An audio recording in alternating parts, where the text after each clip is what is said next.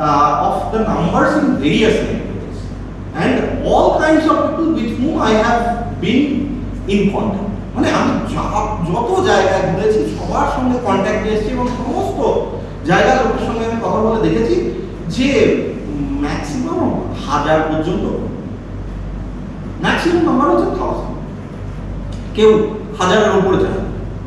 আরবরা মানে তখনকার দিনে আরব হচ্ছে বিরাট ব্যাপার, ইউরোপে আরবদের দবদবা, আরবের স্বর্ণযুগ, ইসলামের স্বর্ণযুগ বলা হয় সেটাই, যে বিজ্ঞানে প্রচন্ড উন্নত। তারাও বলছে যে 1000 হচ্ছে গিয়ে ম্যাক্সিমাম নাম্বার, এর বেশি কোনো কিন্তু দরকারই না। এবং ভারতবর্ষে বেশি বেশি পাকা ব্যাপারটা অনেকটা এইরকম বলতে চেয়েছেন, ক্রিটিসাইজ করার। যদিও মানে আমার ধারণা যে উনি পরবর্তীকালে যদি লিখতেন বইটা, উনি যদি পরবর্তীকালে উনি আর এই কথা বলতেন না, উনি বরং আরো বেশি ব্যাপারটাকে গ্লোরিফাই করতে পারতেন। কিন্তু তখনকার দিনে ওনার মাইন্ডসেট থেকে উনি লিখেছেন। এবং এখানে আমরা সেই বইয়েরই একটা মানে পার্ট আমি তুলে নিয়ে এসেছি, যে অলবিরুনি ভারত তত্ত্ব বলে যে বইটা আছে, সেই বইটারই একটা জায়গায় উনি দিচ্ছেন দশকের মানে 10 টু দি পাওয়ার কত পর্যন্ত গেছেন, 18, এবং বলছেন যে 10 টু দি পাওয়ার 19 পর্যন্ত ইন্ডিয়ানরা কাউন্ট করে। তো উনি এটা লিখছেন, একম, দশম, শতম, সহস্রম, অযুত, লক্ষ, প্রযুত, কোটি, নর্ব, পদ্ম, খর্ব, নিখর্ব, মহাপদ, সাংখ্য, সমুদ্র, মধ্য, অন্ত, পরার্থ, এবং লাস্ট 10 টু দি পাওয়ার 19 সেটাকে বলা হচ্ছে ভুরি। হ্যাঁ, সেটা নিয়ে একটা কনফিউশন ছিল, কিন্তু উনি এই পর্যন্ত কাউন্টিং গুলোকে, তার মানে এত বড় নাম্বার, লার্জ মানে হচ্ছে গিয়ে এক্সট্রিমলি লার্জ, এক্সট্রিমলি লার্জ, মানে কতগুলো অণু থাকতে পারে এই ইউনিভার্সে। এইরকম জটিল প্রশ্নের উত্তর মানুষ মানে বৈশেষিক দর্শন আমাদের ভারতবর্ষের তোমরা জানো নিশ্চয়ই, এবং সেই সমস্ত জায়গায় মানুষ এই সমস্ত জিনিস নিয়ে কথা বলেছে।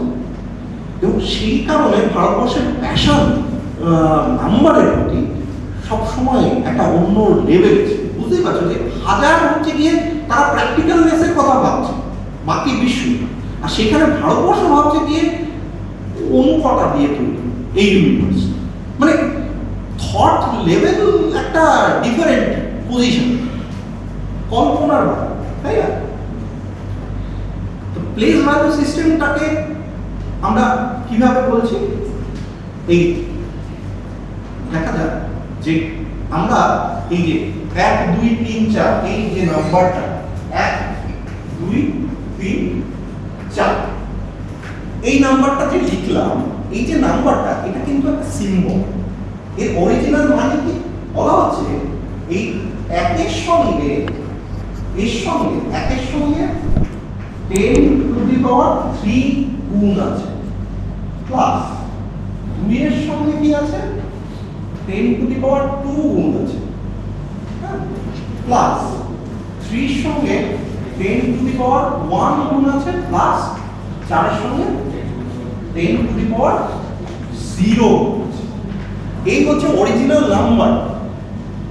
ভারতবর্ষে এই যে ডেসিমাল সিস্টেম এতটাই এফিশিয়েন্ট, দেখো এই নাম্বারটাকে ও এইভাবে বলছে, শুধু জাস্ট পরপর লেখা মানে হচ্ছে কি ওদের প্লেস কোথায় আছে তার উপরে ওদের গুণিতকগুলো ডিসাইড হবে, ঠিক আছে?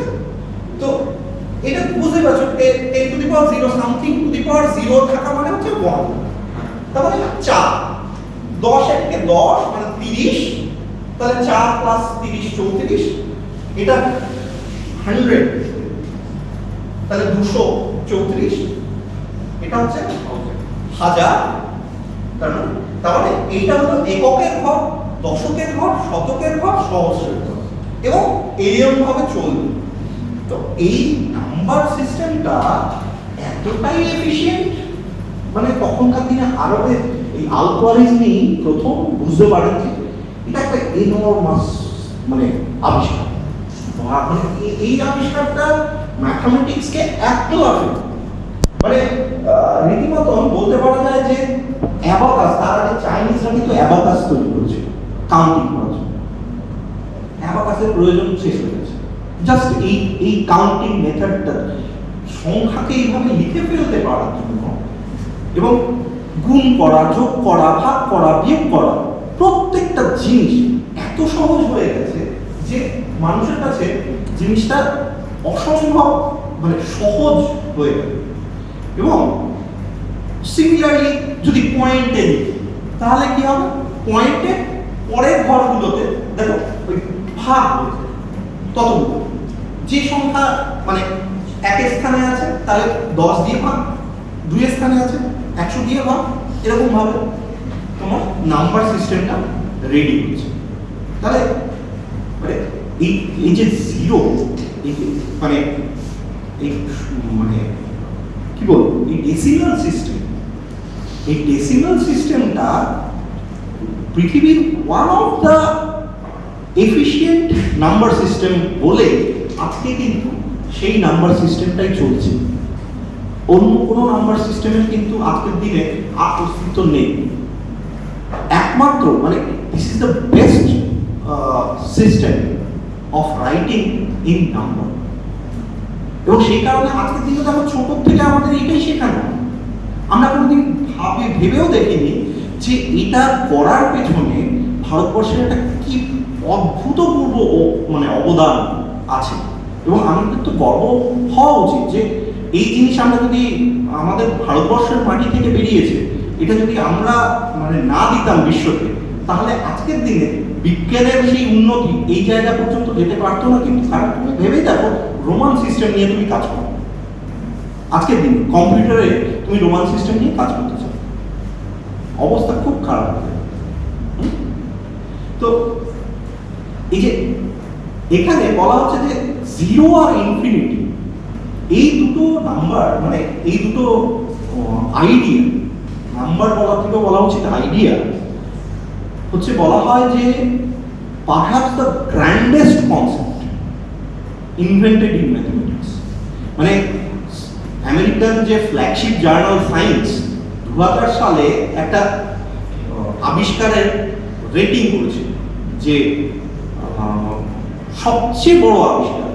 যেমন চাকা একটা এমন আবিষ্কার যেটা কিন্তু ফান্ডামেন্টাল লেভেলের আবিষ্কার, ঠিক তেমনি জিরো হচ্ছে এমন একটা আবিষ্কার টপ 100, মানে সারা বিশ্বে যত আবিষ্কার আছে তার মধ্যে টপ 100 এর মধ্যে জিরো একটা আবিষ্কার।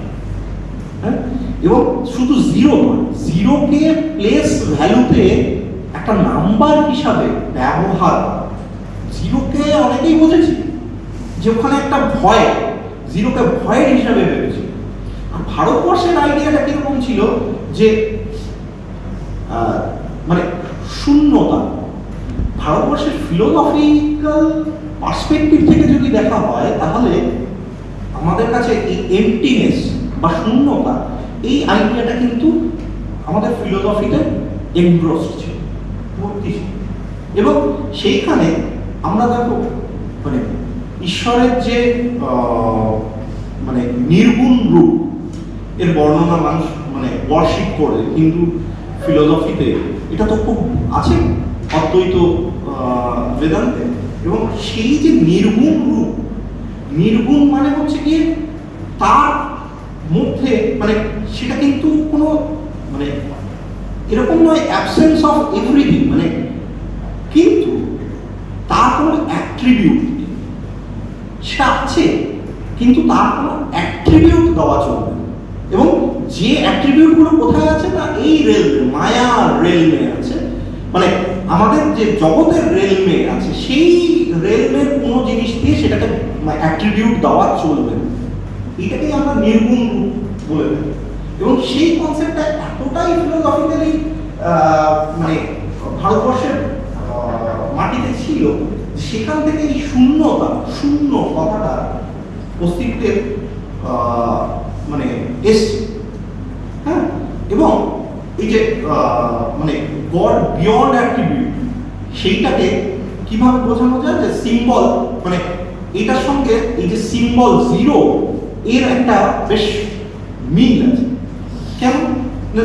জিরো এর কোনো ম্যাগনিটিউড নেই, এর কোনো মান নেই, তাই না? কিন্তু যেহেতু প্রত্যেকটা নাম্বারের সঙ্গে এর থাকার কোনো অসুবিধা হবে সেই কারণে, দেখো যদি এ একটা নাম্বার হয়, এর সঙ্গে শূন্যকে যোগ করলে এই থাকে, তার মানে ও কোথাও না থেকেও আছে সব জায়গায়। এই যে আইডিয়াটা ভারতবর্ষে না ম্যাথমেটিক্স করার জন্য দরকার হয়নি, ফিলোসফি থেকে চলে এসেছে।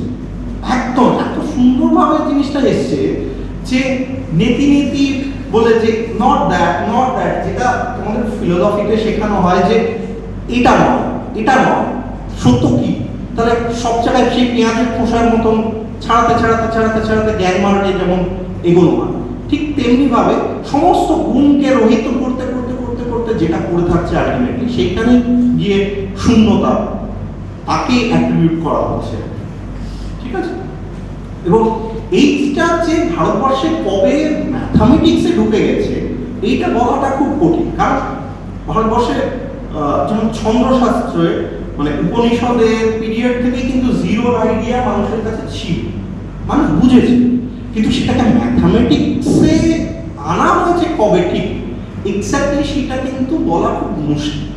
তবে আমাদের হাতে কিছু রাইটিংস আছে যেগুলো এখনকার দিনেও পাওয়া গেছে, যেগুলো ওল্ডেস্ট রাইটিংস বলা যায়, যেমন ছন্দশাস্ত্র।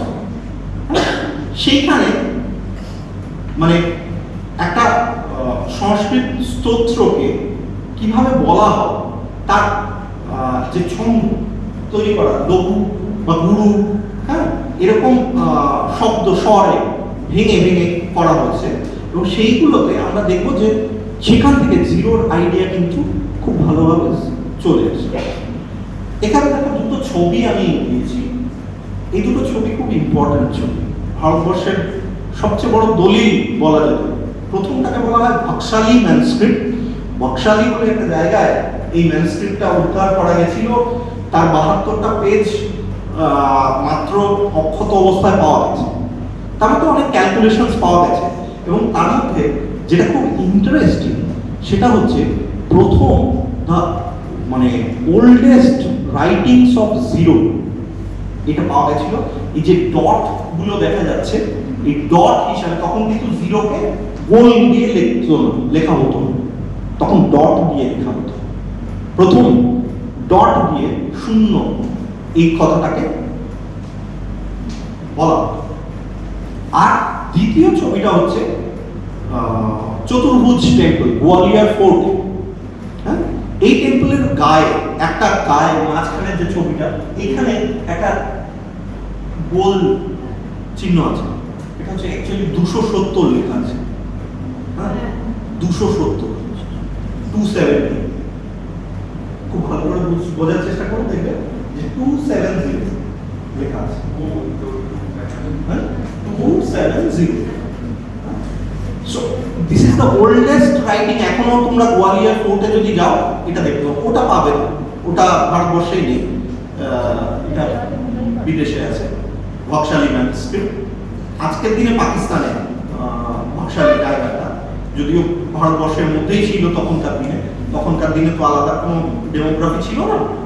আর এইটা হচ্ছে গোয়ালিয়রের যে চতুর্ভুজ মন্দির, গোয়ালিয়র ফোর্টের মধ্যে আছে, যে চতুর্ভুজ টেম্পলের যে মানে গর্ভগৃহে একটা গায়ে এই লেখাটা আছে যে তাকে কত অর্পণ করা হয়েছে মানে ওখানে ডেইটিকে, সেই কি দেওয়া হয়েছে তার কাউন্টিং লেখার জন্য এই নাম্বারটা প্রথম বা মানে দেওয়ালে লেখা হয়েছিল পাথরের গায়ে।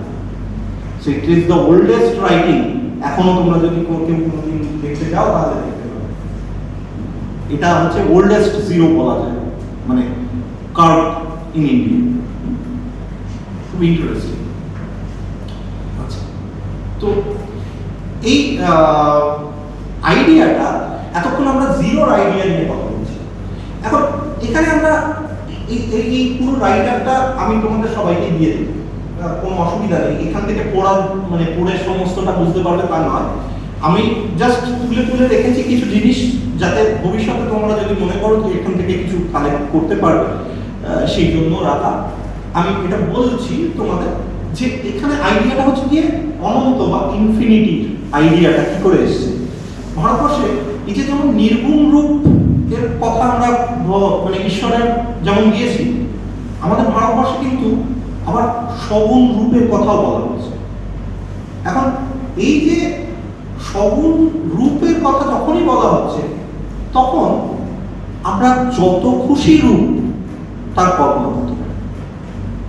সেই কারণে আমরা গড ঈশ্বরের আরেকটা নাম বলছি অনন্ত, তাই না? তার বহু রূপ, মানে যে কোনো রূপে আমরা তাকে কল্পনা করতে পারি। ফলে দেখো যে এই যে মানে আইডিয়াটা যে নির্গুণ রূপ এবং সগুণ রূপের যে ধারণা ভারতবর্ষীয় মানুষজন করেছিলেন, এবং সেই জায়গা থেকে জিরো এবং ইনফিনিটির আইডিয়াটা আমাদের কাছে কিন্তু ফিলোসফিক্যালি খুব সহজে আমাদের হাতে এসে গেছে। হ্যাঁ, মানে এবং এর ব্যাপারে আমাদের কাছে মানে খুব ইম্পর্টেন্ট একটা শ্লোক আছে, আমরা পরে আসছি সেটা নিয়ে বলতে। সেটা হচ্ছে কি এই শ্লোকটা, এই শ্লোকটা তোমরা সবাই হয়তো শুনেছ, এবং এটা বৃহদারণ্যক উপনিষদের ব্রাহ্মণ থেকে নেওয়া। ওম পূর্ণমিদম পূর্ণমদঃ পূর্ণমিদম পূর্ণমুদচ্যতে পূর্ণস্য পূর্ণমাদায় পূর্ণমেবাবশিষ্যতে। অ্যাকচুয়ালি এটা কি বলছে, এই ট্রান্সলেশন যদি করা হয় বলছে দ্যাট মানে Brahman is full. This means the universe is full, also full.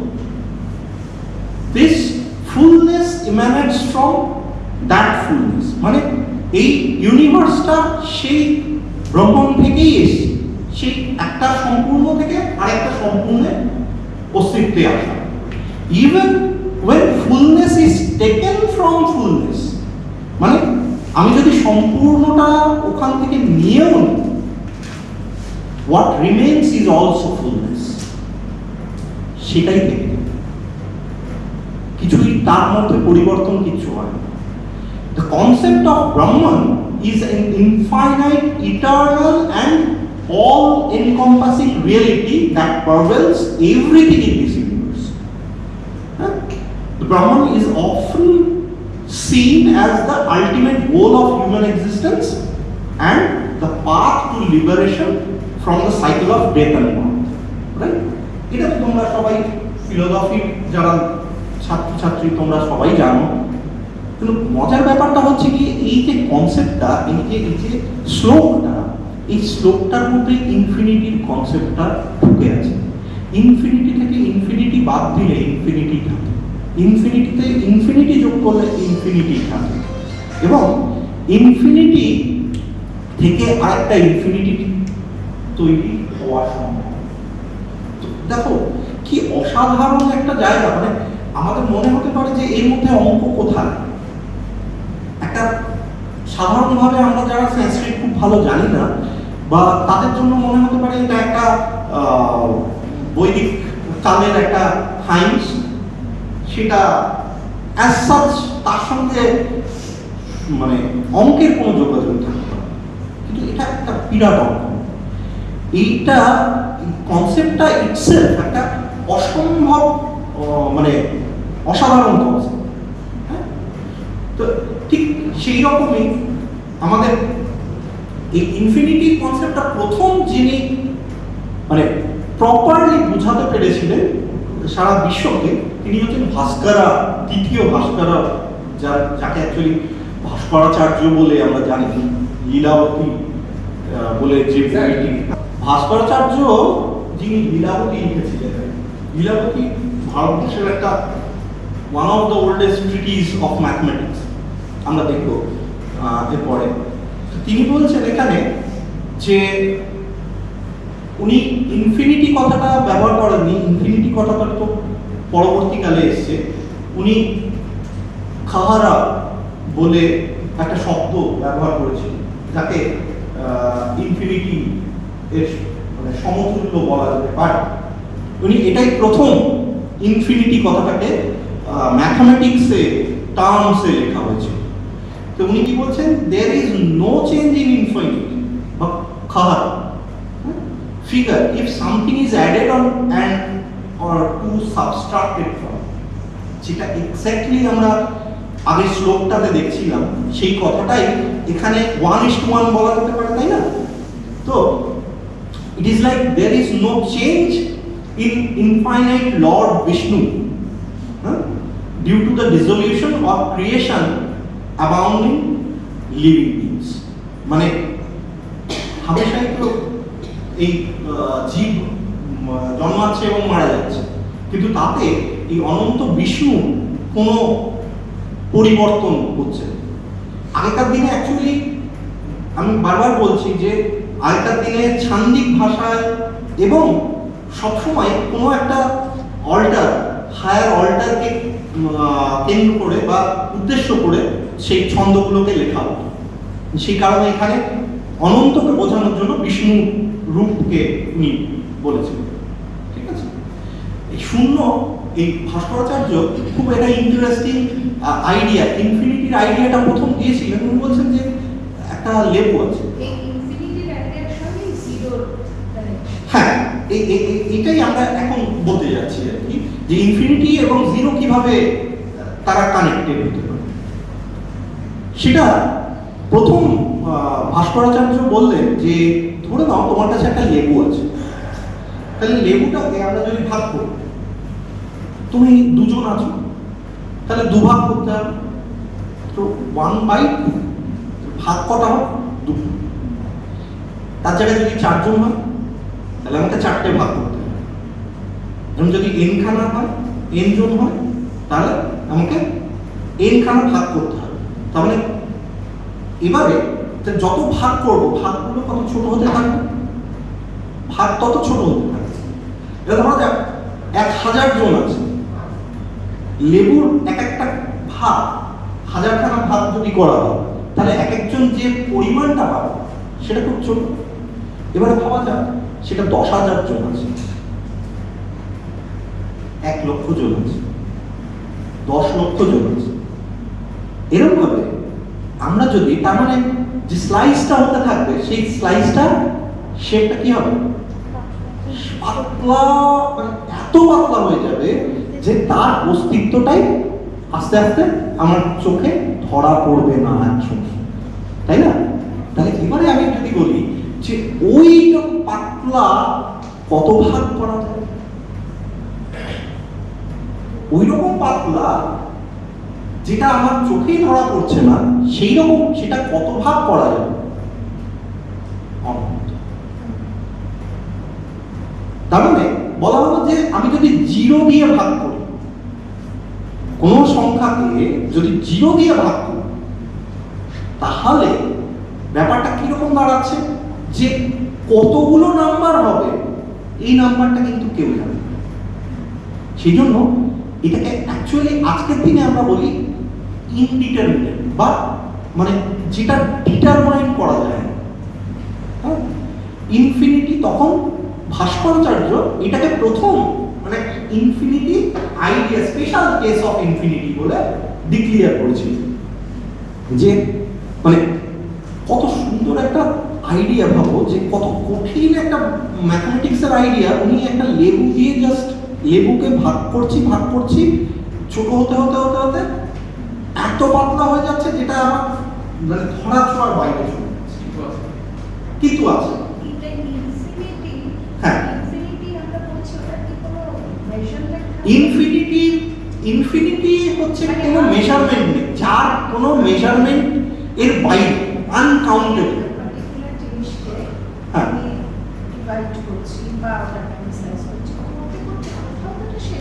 না এইখানে মানে মডার্ন ম্যাথমেটিক্স বলে এই যে শেষ হবে, এই শেষ হওয়ার কোনো শেষ নেই। তার কারণ হচ্ছে কি, আমি বলতে পারি যে একের পরে 7টা শূন্য বসালে একটা ছোট নাম্বার, আপনাকে বললাম আপনি একটা ছোট নাম্বার বলুন, আপনি বলেন আমি 70টা শূন্য বসাবো একের পয়েন্টের পরে, আরেকজন বললে 100টা শূন্য বসাবো। আরেকজন বললো হাজারখানা বসাবো। এরকম এই যে নাম্বার শূন্য বসানোর যে সংখ্যা, এটার তো কোনো শেষ নেই। তাহলে ওই নাম্বারটাকে দিয়ে যদি আমি ভাগ করি কোনো একটা সংখ্যা, তাহলে কত লার্জ নাম্বার হবে তার কোনো কাউন্টের কোনো ঠিক ঠিকানা নেই।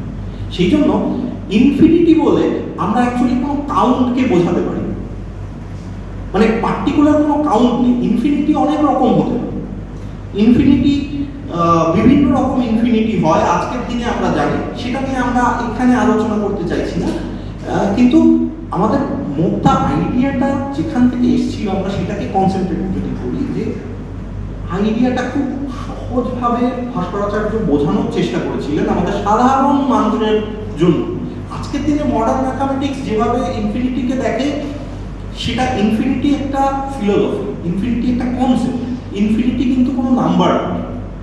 Infinity is not a regular number, মানে 100, 200, 300, 1000 এগুলো যেমন একটা number. Infinity is not a number. Infinity is what is beyond counting. আপনার মানে আমাদের যে কোনো মানুষের বা যে কোনো জীবের কাউন্টিং এর বাইরে কোনো একটা বস্তু, কোনো একটা ব্যাপার। এইভাবে ইনফিনিটিকে আজকের দিনে আমরা পারসিভ করার চেষ্টা করি। তো এইটা হচ্ছে গিয়ে একটা মানে way of looking at infinity. আচ্ছা, এইখানে আমরা একটা বই দেখিয়েছি, এটা হচ্ছে আর্যভট্টের